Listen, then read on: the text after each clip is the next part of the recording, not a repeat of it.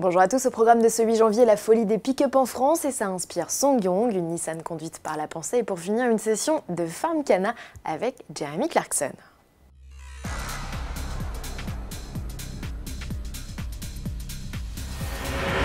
Les pick-up séduisent de plus en plus. En 2017, ces véhicules, pour la plupart exonérés de malus, ont franchi le cap symbolique des 20 000 unités en France.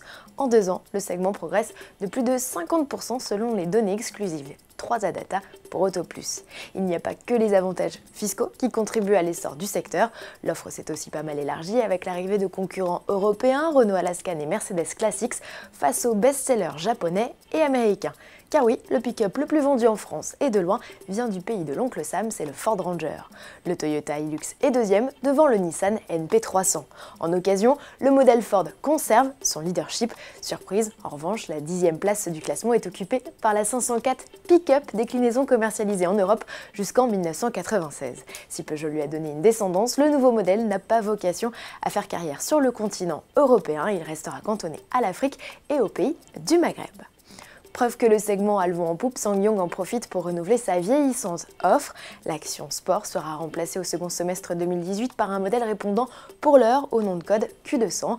Dévoilé en mars prochain au salon de Genève, il est élaboré sur la plateforme du récent Rexton, animé par un 2 litres de turbo diesel de 181 chevaux ou un 2 litres turbo essence de 225 chevaux. Le nouveau venu sera décliné en une version courte ou longue. Sa taille oscillera alors entre 5,09 m et 5,40 m. Direction Las Vegas où dans quelques heures ouvre le CES, le plus gros salon dédié à l'électronique. C'est là-bas que Nissan présentera son concept Brain to Vehicle. Face à la folie des voitures autonomes qui ne rassurent pas tous les conducteurs, le constructeur japonais a créé une voiture capable de s'auto-gérer par simple analyse de vos pensées.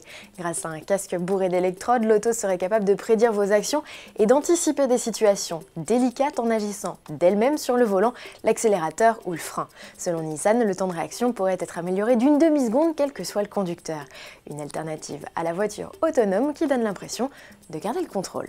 Le contrôle, eux, l'ont perdu. La deuxième étape de la 40e édition du Dakar a été marquée par de nombreux accidents dans la catégorie auto.